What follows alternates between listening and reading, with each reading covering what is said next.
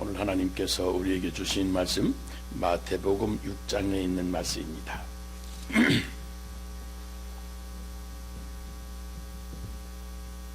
마태복음 6장 13절 다 같이 이 말씀을 봉독합니다. 제 성경으로는 신약성경 8페이지에 있습니다. 마태복음 6장 13절 한 절 말씀 다 함께 봉독합니다. 우리를 시험에 들게 하지 마시옵고 다만 악에서 구하시옵소서. 나라와 권세와 영광이 아버지께 영원히 있사옵나이다. 아멘. 지난번에 한국에 나갔다가 아주 인자하신 분으로 널리 알려진 은퇴하신 목사님 한 분을 만났었습니다. 그분은 서울에서 아주 큰 교회를 목회하시다가 은퇴하신 훌륭하신 분이신데 그분에게 아주 이상한 말씀 하나를 들었습니다. 그 목사님은 주일날 예배만 드리고 가는 교인들이 좋은 교인이라면서 교회 나와서 직분자니 중진이니 하면서 열심히 봉사하는 분들을 보면 은근히 무서운 생각이 든다는 겁니다. 그게 무슨 말씀이냐고 여쭈어 보았더니 사람들이 그렇게 열심히 봉사해 놓고서는 꼭 이래라 저래라 주올 주장을 하고 무슨 권리를 주장하고 큰 소리를 내더라면서 나중에는 열심히 봉사하는 직분자들을 보기만 해도 저 사람 저렇게 열심히 봉사하고 나서는 또 어떤 텃세를 부리고 무슨 주장을 할까 하는 무서운 생각이 들더라면서 그러니 예배만 드리고 조용히 집으로 가는 분들이 교회 와서 직분자가 되었다고 하니 봉사 조금 했다고 어떤 권리를 주장하는 직분자들보다는 훨씬 좋은 분들 아니겠느냐고 그러시는 겁니다. 그래서 제가 생각을 했습니다. 그렇구나. 물론 직분 받았으니 더 열심히 봉사하는 것 당연한 것인데 그런 분들 중에 이 자기 아성을 쌓고 싶고 자기 텃세와 권세를 부리고 싶고 또 관심과 영광을 누리고픈 그런 유혹에 빠지는 분들이 많은가 보다 하는 생각을 했습니다. 여러분, 우리 모두에게는 원죄라고 하는 것이 있습니다. 그리고 그 원죄의 뿌리가 욕심이라고 하는 걸 우리는 다 압니다. 모든 나라와 권세와 영광을 자기가 차지하고 자기가 누리고 싶어하는 욕심입니다. 그 욕심이 보면 본능처럼 자신도 모르게 자기 자신의 성향을 좌우합니다. 그 욕심이 죄를 낳고 그 죄가 자신을 그리고 자신과 세상을 파멸로 몰아가고 있는 겁니다. 오늘 대개 나라와 권세와 영광이 아버지께 영원히 있사옵니다 하는 그리고 아멘 하는 이 말씀은 나의 아성과 내 권리 행사, 내 영광에 대한 욕심을 버리고 오직 하나님의 나라 권세 그 영광이 영원히 아버지께만 있도록 하겠다고 하는 기도인 겁니다. 그런데 이 기도를 자주 드리면서도 우리들은 이 기도대로 살기가 사실은 쉽지가 않습니다. 나라와 권세와 영광이 나 자신에게 있기만을 원하는 그 이기적인 욕심과 죄성을 가진 우리들인 것을 우리 예수님 미리 다 아시기에 오늘 그렇게 기도하라고 가르쳐 주신 겁니다. 우선 지난 주일날 말씀드린 것처럼 대개 나라와 권세와 영광이 영원히 아버지께 있사옵나이다 하는 이 말씀은 나라도 권세도 영광도 영원히 아버지께 있는 것이기 때문에 아버지께 기도드린다고 하는 뜻입니다. 그러므로 앞서 간구한 대로 오늘날 우리에게 일용할 양식을 주시옵소서라고 하는 이 기도하는 것도 일용할 양식도 아버지께 주권이 있기 때문이며 우리 죄를 용서하시옵소서 하시는 그 기도하는 것도 우리 죄를 용서하시는 권세가 아버지께 영원히 있기 때문이라고 하는 화답이기도 합니다. 또 시험에 들게 마시오며 다만 악에서 구하시옵소서라고 하는 기도도 시험을 이기게 하시는 능력, 악에서 건져주시는 그 사랑이 아버지께만 영원히 있기 때문이라고 찬양하는 것입니다. 그러니까 세상 사람들은 자기에게 머무는 것이면 무엇이든지 다 내 것이라고 내가 왕 노릇하고 내가 주인 노릇하려고 하지만 너희들은 하나님이 주인이라고 하는 사실과 그 하나님의 영원한 주권을 믿고 기도하라고 하는 겁니다. 이 중요한 사실을 망각할 때 우리에게 돌이킬 수 없는 큰 재앙을 불러오기 때문입니다. 하나님이 어느 부자에게 풍년이 들게 하셔서 많은 재물을 누리게 해 주셨습니다. 하나님은 그 부자가 그 재물로 많은 사람을 도우며 하나님의 일에 많이 사용하기를 원하셨던 겁니다. 그런데 이 부자는 주인이신 하나님의 뜻은 생각도 하지 않고 자기 욕심대로만 계획을 세웠습니다. 창고를 짓고 거기 곡식을 쌓아두겠다 그랬습니다. 말하자면 내가 수고해서 내가 모은 것이니 내 것이라고 내 좋을 대로 내 멋대로 쓰겠다고 생각을 하는 겁니다. 결국 그 모든 곡식이 그 한 사람의 욕심 때문에 주인이신 하나님의 뜻대로는 사용되지를 못하고 그만 창고에 쌓이고 맙니다. 그래서 나머지 많은 사람들이 그만큼 경제적인 고통을 당해야만 합니다. 말하자면 그 한 사람의 욕망 때문에 많은 사람이 불행을 겪게 되는 것입니다. 내가 번 돈 내 마음대로 쓰는데 내 무엇이 잘못이냐고 생각할지 모르지만 그것이 하나님 보시기에 아주 악한 일이 되는 것입니다. 그래서 성경에 보면 하나님이 그 부자를 이 땅에 더 이상 놔둬서는 안 되겠다고 판단하십니다. 그날 밤으로 그의 영혼을 부르면 그 모든 재산이 네 것이 되겠느냐고 그에게 엄중하게 물으셨습니다. 여러분, 그의 곡식은 물론 돈이나 물질만을 의미하지 않습니다. 우리가 복이라고 여기고 있는 모든 것을 다 의미합니다. 주인이신 하나님의 뜻대로 잘 쓰여진다면 그때 진정한 축복이 되겠지만 자기 욕심대로만 사용한다면 그것이 절대 진정한 복이 되지를 못하는 것입니다. 그래서 고린도전서 10장 31절에도 이렇게 말씀합니다. 그런즉 너희가 먹든지 마시든지 무엇을 하든지 다 하나님의 영광을 위하여 하라. 유대인에게나 헬라인에게나 하나님의 교회에 거치는 자가 되지 말고 나와 같이 모든 일에 모든 사람을 기쁘게 하여 나의 유익을 구하지 아니하고 많은 사람의 유익을 구하여 저희로 구원을 얻게 하라 그랬습니다.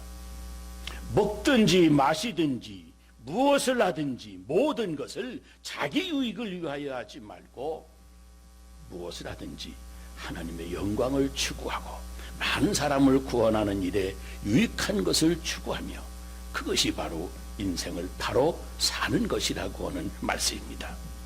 디모데후서 2장 20절과 21절의 말씀도 마찬가지입니다. 큰 집에는 금과 은의 그릇이 있을 뿐만 아니고 나무와 질그릇도 있어서 귀 쓰는 것도 있고 천이 쓰는 것도 있나니 그러므로 누구든지 이런 것에서 자기를 깨끗하게 하면 귀 쓰는 그릇이 돼서 거룩하고 주인의 쓰심에 합당하며 모든 선한 일에 예비함이 되리라 그랬습니다. 세상에는 금그릇과 같은 사람도 있고 은그릇과 같은 사람도 있고 또 나무와 질그릇 같은 사람도 있습니다. 사람은 그릇을 만든 재료를 가지고 귀하다 천하다 구별하지만 하나님은 그러시지 않으신다는 겁니다. 그것이 금이고 은이라 해서 귀한 것이 아닙니다. 주인이 기뻐하시는 일에 사용이 되어질 때 비로소 귀한 그릇이 되는 겁니다. 그렇지 못하면 천한 그릇인 겁니다. 아무리 천해 보이는 나무 그릇과 질그릇이라 해도 주인이 기뻐하시는 선한 일을 위하여 쓰여진다면 하나님은 그 그릇을 귀한 것으로 여겨 주신다고 하는 말씀입니다. 그러니까 중요한 것은 무엇을 내가 얼마나 소유했는가가 아닙니다. 중요한 것은 누구를 위하여 무엇에 사용되고 있느냐 하는 것입니다. 하나님의 기뻐하신 뜻을 위해서 사용되어지면 나무 그릇과 질그릇 같은 사람일지라도 아주 귀한 그릇인 겁니다. 여러분, 귀히 여기는 그것들이 여러분들 앞에 있을 때 주님을 먼저 생각하시기 바랍니다. 그리고 주를 위해 써야 할 기회가 오면 절대 부담스럽게 생각하지 말기를 바랍니다. 아직 내가 마음만 먹으면 할 수 있을 경우 하나님이 주인이심을 고백할 때인 줄로 알고 주님이 기뻐하시는 일이라면 그러면 마음껏 쓰시기를 바랍니다. 그것을 세상 창고에만 묻어두지 말고 하나님이 기뻐하실 일을 위해서 하나님의 창고에 모으시기를 바랍니다. 그러면 그 모든 것들이 결국은 빛을 발하게 될 겁니다. 그럴 때 하나님은 그 물질만이 아니고 그를 드린 인생도 함께 쓰시는 겁니다.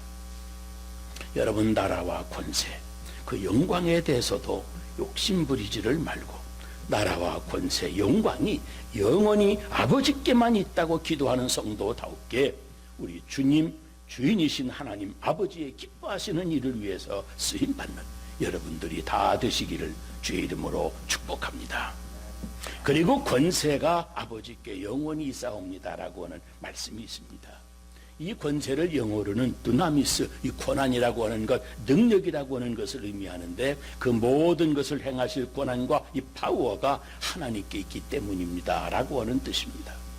만일 누구라도 기도한다고 하는데 하나님이 이 어려운 일을 해내실 수 있을지 없을지는 모르지만 한번 당신이 신이라고 하니까 요청해 보는 것입니다 라고 하는 자세라고 구한다고 하면 그는 지금 하나님을 모독하고 있는 것이나 마찬가지입니다.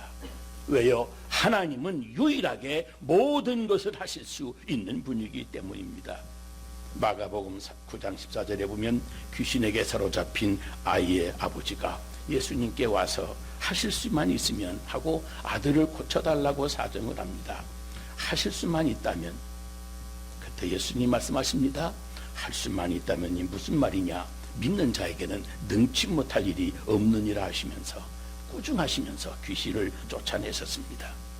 전능하신 하나님, 그 하나님 앞에 할 수만 있다면 하고 반신반의하는 태도에 주님이 책망하신 겁니다. 우리는 하나님 앞에 나와서 기도할 때마다 모든 권세가 주님께 영원히 있습니다. 그렇기 때문에 당신에게 간구하는 겁니다라고 하는 그런 믿음으로 기도해야만 됩니다.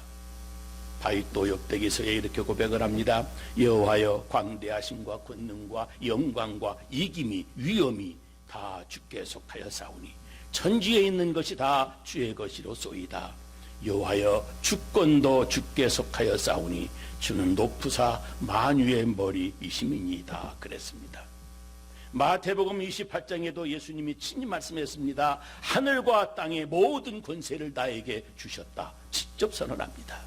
모든 권세, 모든 권한, 모든 능력, 권위가, 그러므로 하나님의 교회에서 우리에게 어떤 자격과 권세를 우리가 받을 때 우리는 바로 권세가 영원히 아버지께만 있는 것임을 명심해야 됩니다. 그 권세를 아버지께서 잠시 우리에게 맡겨주신 것뿐입니다. 여러분, 하나님은 권세를 누구의 군림하거나 어떤 폭력으로 휘둘러 행사하지 않으십니다. 그분의 권세는 낮아지고 섬기면서 위력을 떨치시는 권세입니다. 낮아짐으로 얻어지는 권세. 그래서 우리는 그 권세를 바다와 같은 권세라고 말을 합니다. 물은 흘러 가장 낮은 곳으로 흘러가지만 결국은 큰 물이 되어 커다란 대양을 이룹니다. 바다는 대단한 위엄과 놀라운 권세, 바다의 파워가 대단하지만 그러나 그 모든 권세는 낮아짐으로 얻어진 것입니다. 하나님의 권세는 군림하고 폭력을 행사하는 권세가 아니라 낮아지고 낮아지셔서 겸손하게 약자를 섬김으로 행해지는 권세입니다. 그리고 나라와 권세, 그 다음에는 영광이라고 하는 단어가 나옵니다. 그 영광이 아버지께 영원히 있습니다라고 하는 믿음으로 기도하는 것입니다. 여러분, 영광이 무엇입니까? 히브리어로 영광이란 말은 뿔이라고 하는 말인데 대단히 무겁다고 하는 뜻을 포함합니다. 그러니까 내가 소원하는 것이 이루어지는 것보다 하나님께 영광이 되는 것에 더 깊은 뿌리가 있는 그런 기도를 해야 한다고 하는 말씀입니다. 보세요. 이 세상의 모든 불행은 하나님이 받으셔야 될 영광이 인간에게 있을 것으로 주장하는데 생기게 됩니다. 창세기 11장에 보면 인간들이 바벨탑을 쌓는 장면이 나옵니다. 또 말하되 자, 성과 대를 쌓아 대 꼭대기를 하늘에 닿게 하여 우리 이름을 내고 온 지면에 흩어짐을 면하자 그랬습니다. 바벨탑은 인간의 이름을 빛내자고 하는 의도에서 시작된 영광이었습니다. 영광에 대한 인간의 욕심에서 비롯된 사건이었습니다. 그래서 그만 바벨탑이 무너지고 심지어 인간의 언어까지 찢어지는 패배를 맛보게 되었습니다. 영광은 아버지께 영원히 있는 것이, 그것이 마땅한 것입니다. 그런데 우리가 우리에게 착한 행실로 덕을 끼칠 때, 그럴 때 영광이 하나님 아버지께 영원히 있게 된다는 사실을 알아야 됩니다. 마태복음 5장 16절에 보면 이같이 너의 빛을 사람 앞에 비추게 하여 그들로 너의 착한 행실을 보고 하늘에 계신 너희 아버지께 영광을 돌리게 하라 그랬습니다. 너의 빛을 사람 앞에 비치게 하여 그들로 너의 착한 행실을 보고 하늘에 계신 너희 아버지께 영광을 돌리게 하라. 우리가 착한 행실을 사람들에게 보여주어야 하나님께 영광을 돌리게 되는 일이 이 세상에 발생하게 됩니다.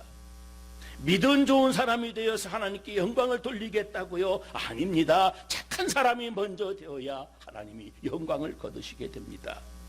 좋은 열매가 먼저라고요? 아닙니다. 예수님은 좋은 나무가 되어야 좋은 열매를 맺는다고 말씀했습니다. 착한 행실을 통해서 착한 사람이라고 인정을 받고 나서야 비로소 하나님께 영광 돌리는 생활이 가능합니다. 그러므로 만물을 다스리라고 하는 말씀에 우리가 순종한다고, 다스린다고 해서 폭력을 행사하고 사람 위에 군림해서는 안 되는 겁니다. 이 다스리라고 하는 명령을 순종하는 것은 바로 겸손하게 섬기는 것을 말합니다. 그러므로 우리는 이 주기도문의 기도를 통해서 섬김의 정신을 배우게 됩니다. 하나님의 말씀의 정신은 생활 현장에서 구체적으로 약자를 섬기고 있을 때, 그때 그 명령이, 그 정신이 구현되는 겁니다. 우리의 생활 현장에서 말씀을 구체적으로 나에게 적용하고 순종하는 것입니다. 1995년도 학생들 전원이 기숙사 생활을 하게 되는 원칙으로 우리나라 포항에 한동대학교라고 하는 기독교 대학이 세워졌습니다. 그런데 사실 사립학교로서 그냥 학교만 운영하려고 해도 어려운데, 해마다 입학하는 모든 학생들을 위해서 기숙사까지 건축한다고 하는 것은 거의 불가능한 일이었습니다. 한 번은 전교생을 다 기숙사에 받을 수가 없어서 학교 당국은 학생이 기숙사에 입사할 때 100만 원을 기탁을 하면 졸업할 때 그 돈을 돌려주겠다고 하는 방침을 세우고 기탁금을 낸 학생들의 신청서를 받기 시작했습니다. 물론 많은 학생들이 100만 원의 기탁금을 내고 학교에 입사를 했습니다. 경제적으로 여유가 없는 학생들은 그만 학교 밖으로 나가서 따로 방을 얻어야 하는 처지가 된 것입니다. 그런데 학교의 방침과 달리 학생들의 뜻은 달랐습니다. 기탁금을 낸 학생들에게 우선적으로 신청 자격을 주는 것부터가 이 자본주의 냄새가 나고 세상의 민주적인 사고방식이라고 하는 겁니다.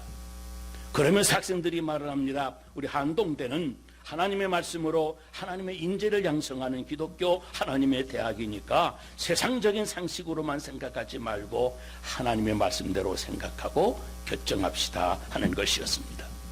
그러니까 하나님의 말씀의 정신은 기탁금을 못 낸 학생들을 먼저 입사시키는 것이라고 하는 주장입니다.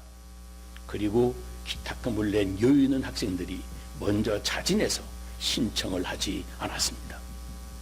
기득권을 주장하지 않고 자진해서 가진 자의 기득권을 포기한 것입니다.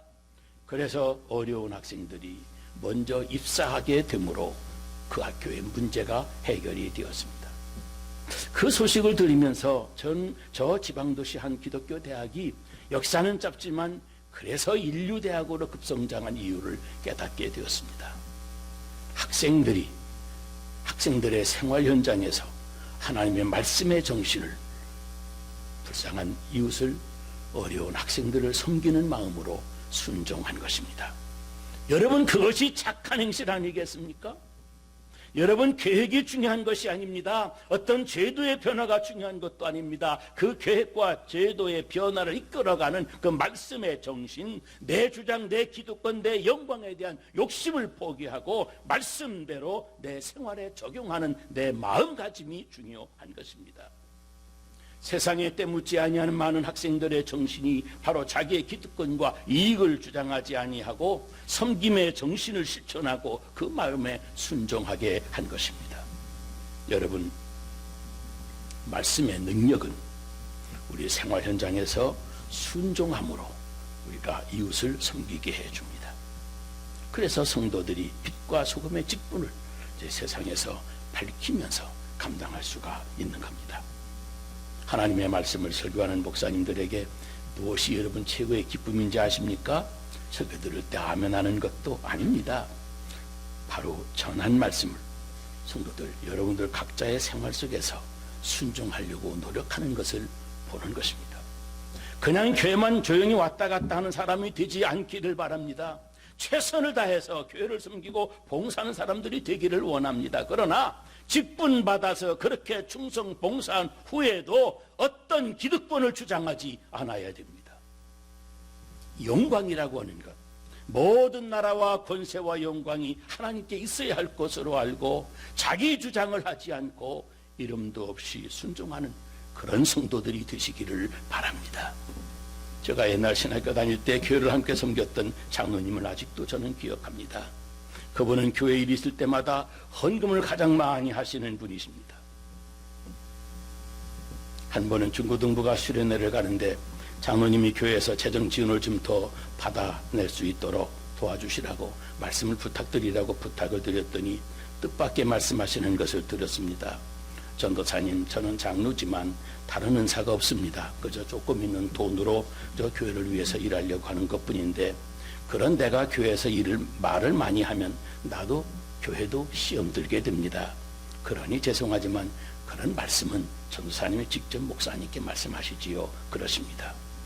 그러더니 그 다음 주일날 수련회 후원 헌금이라면서 적지 않은 금액을 무명으로 헌금하셨습니다.